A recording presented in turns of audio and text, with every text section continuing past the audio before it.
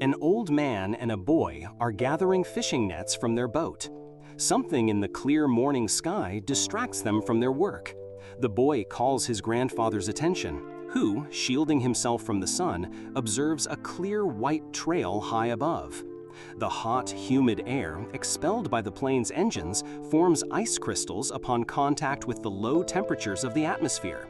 However, for the two French fishermen, that vision holds only one meaning: hope. The sight of the continent interrupts Antoine's reading. He marks his page and prepares to adjust his course.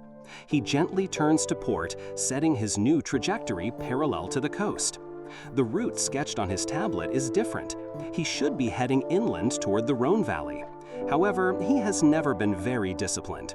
The new path will cross the place where he grew up, too tempting to resist. A return to his true homeland, his childhood.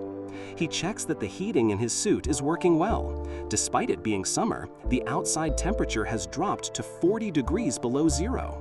The pilot refocuses on his reading, comforted by the warmth provided by his airplane. The air begins to thin due to the altitude, and he adjusts his mask.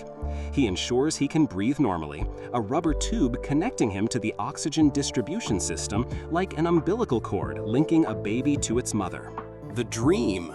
Mama gave me permission, he shouted excitedly. The floor, scattered with tools, didn't slow his short strides. He stopped in front of the two men, who were unsurprised by his appearance. The boy had spent every afternoon of the past week in their company. Gabby, will you let me go up with you this time? Please, please, you promise. Gabriel looked at his brother Pierre, who shrugged, resigned. Faced with his brother's relaxed attitude, Gabriel turned to the boy, still without answering, considering his limited options for breaking his promise. To the boy, this moment of hesitation felt eternal. You must promise to do everything I say, little guy. Agreed? Of course, whatever you want. I weigh almost nothing. You won't even notice I'm there. I've watched you practice every day. I can help with maneuvers. I'll tell you the wind's direction. I can also... Tonio, I'm already starting to regret this. Let's take a spin around the airfield and test the new propeller that Pierre installed on the prototype. I'll make space for you behind me, but stay still and quiet. Hooray! He couldn't hold back. He felt his feet were no longer touching the ground. The midday light dazzled him, and he had to squint to make out the beautiful shape of the W3 model. The brothers had named all their constructions with a W for Wróblewski, honoring their Polish origins. A red and white pennant with a large black W embroidered on it crowned the monoplane. Designed to soar like a bird, the elegant structure of wood, fabric, and cables had a fragile appearance on the ground. The frame rested on two bicycle wheels, which didn't inspire much confidence in the whole contraption.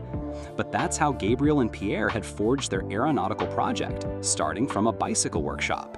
Get into the cockpit while I start the engine, Tonio.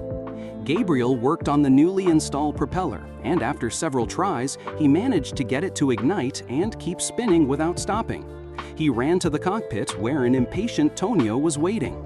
Gabriel pulled his cap snug to keep it from blowing away and settled in front of a steering wheel similar to that of the new automobiles.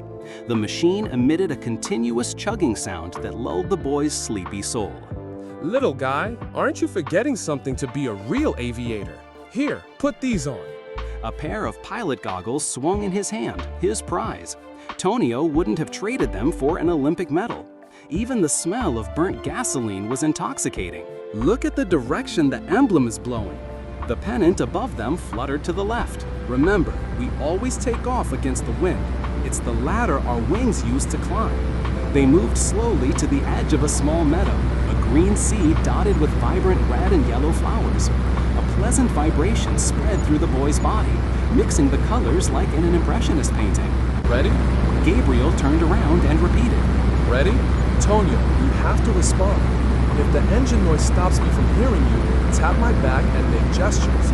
This means everything is fine. Tonio's mouth was too dry to speak, so he raised his fist with his thumb up, just as Gabi had shown him. The pilot nodded. The airplane accelerated. The wooden tail skid gave light flicks as it slid over the grass. Despite the headwind, the boy's eyes forgot to blink, shielded and proud behind his new goggles. The cables on the wings tightened in the evening breeze.